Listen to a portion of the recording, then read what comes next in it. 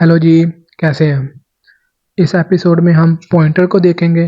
Pointer क्या होते हैं, कैसे यूज़ करते हैं, इसके पर्पस देखेंगे, क्यों यूज़ करते हैं और कैसे इसको डिक्लेयर करते हैं, इसको भी देखेंगे। और डिफरेंट टाइप्स हैं पॉइंटर की, इनको भी इस एपिसोड में हम देखेंगे। चलें जी, स्टार्ट करते हैं। सबसे पहले देखते हैं पॉइंटर क्या होता है। पॉइंटर एक वेरिएबल होता है जिसको हम किसी दूसरे वेरिएबल का एड्रेस स्टोर करने के लिए यूज़ करते हैं। इसको भी ऐसे ही हम डिक्लेयर करते हैं जैसे हम वेरिएबल को डिक्लेयर करते हैं। सिर्फ इसमें क्या ये होता है कि हम डाटा टाइप्स के बाद एक स्टैटिक कीवर्ड यूज़ करते हैं, स्टैटिक ऑपरेटर यूज़ करते हैं। उसके बाद हम प्रिंटर का नाम, पॉइंटर का नाम लिखते हैं।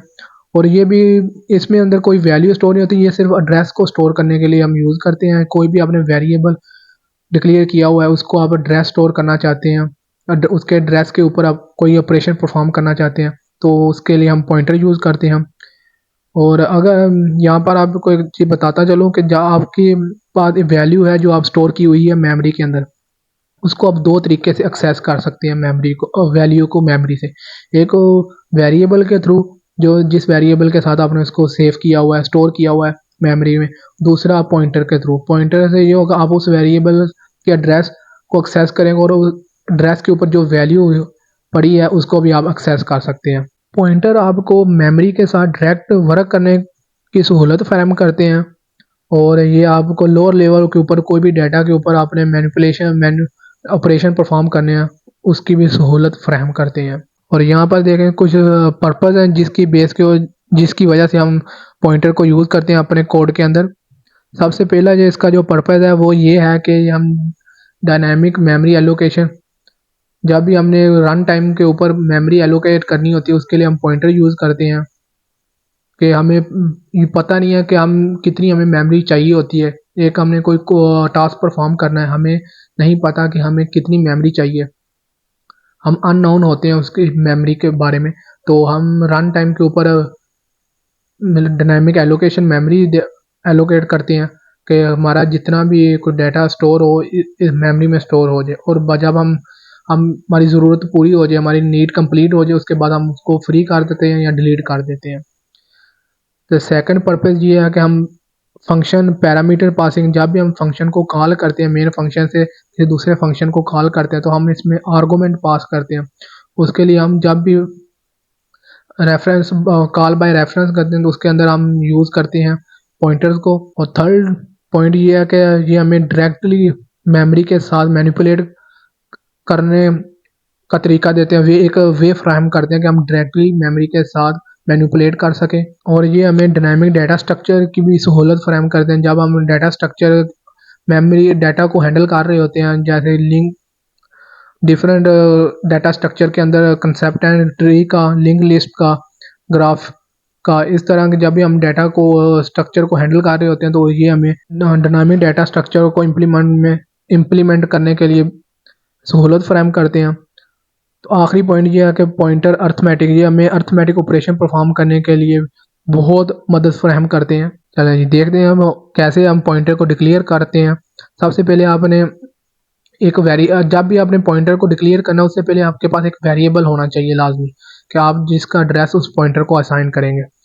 तो सबसे पहले हम एक पॉइंटर वेरिएबल डिक्लेयर करते हैं, उसके बाद हम उसको वेरिएबल का एड्रेस असाइन कर देते हैं जिस भी वेरिएबल का एड्रेस हमने उस पॉइंटर में स्टोर करना होता है। फिर हम उसकी वैल्यू को एक्सेस करते हैं यूजिंग द स्टैटिक ऑपरेटर। उस एड्रेस के ऊपर जो भी वैल्यू पड़ी हुई है उसको हम एक्सेस कर सकते हैं स्टैटिक ऑपरेटर यूज़ करते हुए। और जब भी आपने वेरिएबल का एड्रेस असाइन करना है किसी पॉइंटर को, तो आपने ये यूनरी ऑपरेटर यूज़ करना है जिसे एंड कहते हैं। और ये देखें नीचे पिक्चर में नज़र आ रहा है, हमने एक वेरिएबल डिक्लेयर किया हुआ है जिसको वैल्यू 10 असाइन की है। फिर हमने एक पॉइंटर डिक्लेयर किया हुआ है, फिर आगे उसको मैंने उस वेरिएबल का एड्रेस साइन किया हुआ है। और फिर देखें मैंने यहाँ पे वैल्यू 20 स्टोर कर रहा हूँ उस पे। और ये जब मैं पॉइंटर के अंदर वैल्यू 20 स्टोर कर रहा हूँ ना, और ये हमारे जो वेरिएबल के अंदर वैल्यू पहले से मौजूद है उसके रिप्लेस कर देगी, नई वैल्यू स्टोर हो जाएगी, अपडेट हो जाएगी value. Types of pointer, pointer की कुछ टाइप्स हैं, डिफरेंट तरह का पॉइंटर होते हैं। जैसे डायगोनल, ये वो पॉइंटर होते हैं जिसको हम मेमोरी लोकेशन असाइन कर रहे होते हैं, हम जो पहले से डी एलोकेट हुई हो या फिर इनवैलिड हो, वो हम मेमोरी लोकेशन असाइन जब पॉइंटर को करते हैं तो वो इनवैलिड होती है। तो वॉइड पॉइंटर आता है। वॉइड पॉइंटर हम उस सूरत में यूज़ करते हैं जब हमें इनिशियली पता नहीं होता कि हम कितने हमारे डाटा का साइज कितना होगा, तो हम वॉइड पॉइंटर यूज़ करते हैं। और इसको हम जब वॉइड पॉइंटर यूज़ करते हैं तो उसके बाद जब हमने रन टाइम करना, रन टाइम से पहले पहले हमने इसको टाइप कास्टिंग के थ्रू बताना होता है कि किस टाइप का डाटा हम इस पॉइंटर के अंदर यूज़ कर रहे हैं। नल पॉइंटर के अंदर कोई वैल्यू स्टोर नहीं होती। जब हमारे पास कोई भी मेमोरी लोकेशन मौजूद ना हो या अवेलेबल ना हो तो हम उसको नल पॉइंटर कंसीडर करते हैं, और उसके लिए हम नल पीटीआर यूज़ करते हैं, कीवर्ड जो हम असाइन कर देते हैं। लास्ट जो पॉइंटर है वो वाइल्ड पॉइंटर है। इसके अंदर हम ऐसी लोकेशन असाइन कर देते हैं जो तो फ्री हो या फिर डिलीट हो चुकी हो, वो जो अभी यूज़ हो रही हो किसी और मकसद के लिए, वो हम इसको लोकेशन असाइन कर देते हैं। कुछ अर्थमेटिक ऑपरेशन है जो हम पॉइंटर के ऊपर परफॉर्म करते हैं। सबसे पहले जो ऑपरेशन आता है पॉइंटर के ऊपर हम परफॉर्म करते हैं वो इंक्रीमेंट एंड डिक्रीमेंट का आते हैं। जब भी हमने इंक्रीमेंट ये एरे के अंदर यूज़ करते हैं, जब भी हमने एरे को एक्सेस करना होता है वन बाय वन उसके इंडेक्स को, तो उसके में अंदर हम पॉइंटर के थ्रू हमने एक्सेस करना होता है तो हम increment and increment pointer use करते हैं। एडिशन का भी ऑपरेशन हम परफॉर्म कर सकते हैं। ये एडिशन और सब्ट्रैक्शन दोनों कांस्टेंट पॉइंटर के ऊपर यूज़ होंगी। और subtraction of two pointer of the same type, और जब भी हमने दो पॉइंटर के दरमियान सब्ट्रैक्शन करनी है तो दोनों पॉइंटर सेम डाटा टाइप के होने चाहिए, ना कि डिफरेंट। पॉइंटर को हम कंपैरिजन करने के लिए भी यूज़ कर सकते हैं। Array name as pointer, array को के नेम को हम एज पॉइंटर भी यूज़ कर सकते हैं। जब भी हमने एक पॉइंटर को एरे असाइन करनी होती है तो हम सिंपल जैसे दूसरे वेरिएबल का एड्रेस असाइन करते हैं, इसी तरह हम इसको भी असाइन कर देते हैं, लेकिन इसमें थोड़ा सा डिफरेंट है दूसरे वेरिएबल की से। इसमें ये होता है कि आपने एक एरे पहले सबसे डिक्लेयर की हुई है, उसको अपने पॉइंटर को असाइन करना है, तो आपने कोई दूसरा ऑपरेटर यूज साथ नहीं करना, ना एरे का साइज अपने साथ मेंशन करना है। आपने सिंपल एरे का नेम लिखना है, और ये जब आप एरे असाइन कर रहे होते हैं किसी पॉइंटर को, ये पूरी एरे को नहीं असाइन कर देता पॉइंटर को, उसके साइज को या वैल्यू को। ये सिंपल है उसके पहले एलिमेंट का जो साइज होता है उसके एड्रेस को असाइन करता है। पॉइंटर्स एंड स्ट्रिंग लिटरल्स, इसके अंदर भी एरे की ही तरह होता है। ये एरे स्ट्रिंग होती है जिसमें हम असाइन करते हैं पॉइंटर को। ये भी एलिमेंट, इसमें भी आप करैक्टर एरे होती है जिसके अंदर आप one by one her character को एक्सेस कर सकते हैं उसके एड्रेस के थ्रू इंक्रीमेंट करते करते। तो यहाँ पे ना कुछ पॉइंट हैं जो आपने ध्यान में रखने हैं। वो सबसे पहला ये सेकंड लाइन में देखें, जो पॉइंट है वो ये है कि आप स्ट्रिंग लिटरल के अंदर सिर्फ रीड कर सकते हैं, राइट नहीं कर सकते। ये सिर्फ कांस्टेंट वैल्यू होती है जिसके अंदर आप वैल्यू को रीड कर सकते हैं, उसके ऊपर उसको आप राइट नहीं कर सकते, कोई भी चीज़ वैल्यू अपडेट नहीं कर सकते। और इसके अंदर आप जो कीवर्ड यूज़ करते हैं data type const and character static, ये आप इंडिकेट करने के लिए कांस्टेंट, हमारी कंटेंट कांस्टेंट है कि इसके ऊपर आप रीड सिर्फ कर सकते हैं, कंटेंट को राइट नहीं कर सकते। और आप जब एरे को रीड कर रहे होते हैं तो आप एक कंडीशन अप्लाई करते हैं।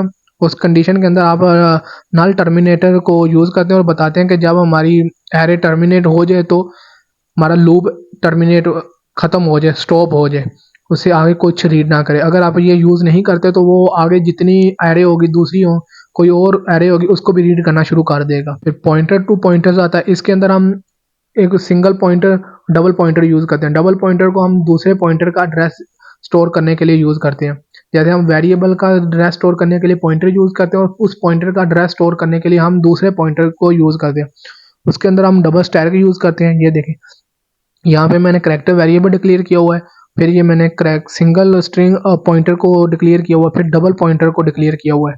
इस तरह मैं ये पहले जो ए के अंदर मैं करैक्टर को स्टोर कर रहा हूँ, फिर बी के अंदर मैं उस वेरिएबल का एड्रेस स्टोर कर रहा हूँ, सी के अंदर फिर जो पॉइंटर हमारा ये सिंगल पॉइंटर, इसका एड्रेस स्टोर कर रहा हूँ। और ये उन सिचुएशन में के लिए है जब आपने डायनेमिक एलोकेट मेमोरी करनी होती है ना पॉइंटर के लिए, और रिटर्न करे हो फंक्शन को। जब भी आपने डायनामिक एलोकेट मेमोरी करनी हो तो उसके लिए हम डबल पॉइंटर यूज़ करते हैं। वॉइड पॉइंटर में जैसे मैंने आपको बताया कि शुरू में आपके पास अब साइज नहीं पता होता आपको डाटा का, तो उसके लिए आप वॉइड पॉइंटर यूज़ करते हैं, और वॉइड पॉइंटर डाटा को स्टोर करता रहता है। और ये आप कंपाइल टाइम में इसको बताना भी होता है कि हमारे किस टाइप का डाटा इसमें अंदर स्टोर किया हुआ है। रन टाइम से पहले पहले हमने इसको बताना होता है कि वॉइड पॉइंटर के अंदर किस टाइप का डाटा, उसको हम टाइप कास्टिंग के थ्रू बताते हैं कि हमारे पॉइंटर के अंदर किस टाइप का डाटा है। चले जी कोड में देखें, मैंने एक वेरिएबल डिक्लेयर किया हुआ है और एक वो पॉइंटर को डिक्लेयर किया हुआ है।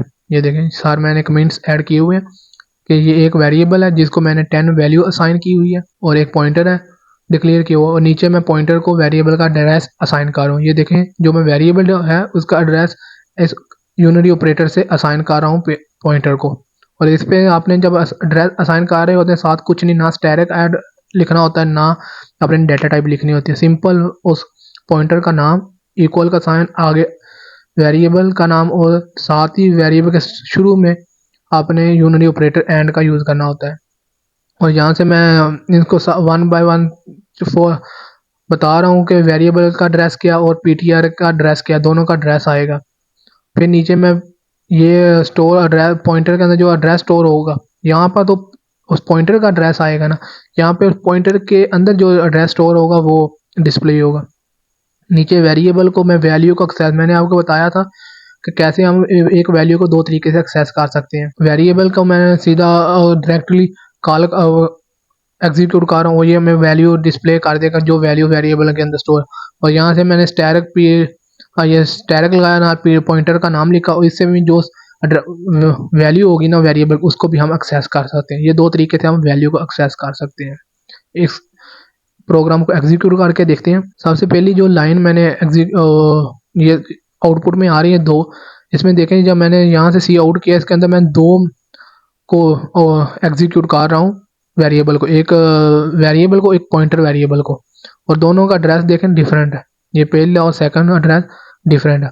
और ये जो 14 लाइन के ऊपर मैं सी आउट पीटीआर कर रहा हूँ ये पॉइंटर के अंदर जो एड्रेस है उसको डिस्प्ले कर रहा है। और ये देखें जो उस पीटीआर के अंदर एड्रेस स्टोर है उसका और वेरिएबल का एड्रेस सेम है, क्योंकि वेरिएबल का एड्रेस है यहाँ हम स्टोर कर रहे हैं यहाँ पे, ये देखें।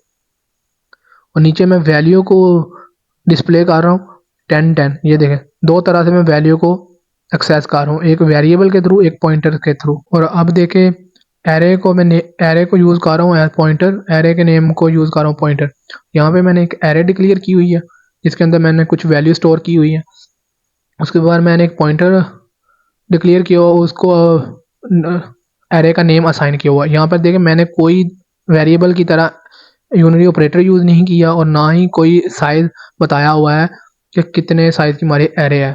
सिंपल एरे का नाम लिखा वो उसको एड्रेस असाइन हो गया। और फर्स्ट एलिमेंट ऑफ एरे, जब भी आप एरे को असाइन करते हैं किसी पॉइंटर को वो उसके पहले एलिमेंट के एड्रेस को असाइन होता है, ना कि पूरे एरे उसको असाइन कर दी जाती है उसके पहले एलिमेंट को। वो आगे फिर हम इंक्रीमेंट एंड डिक्रीमेंट करते करते उनके सारे एलिमेंट को एक्सेस कर सकते हैं।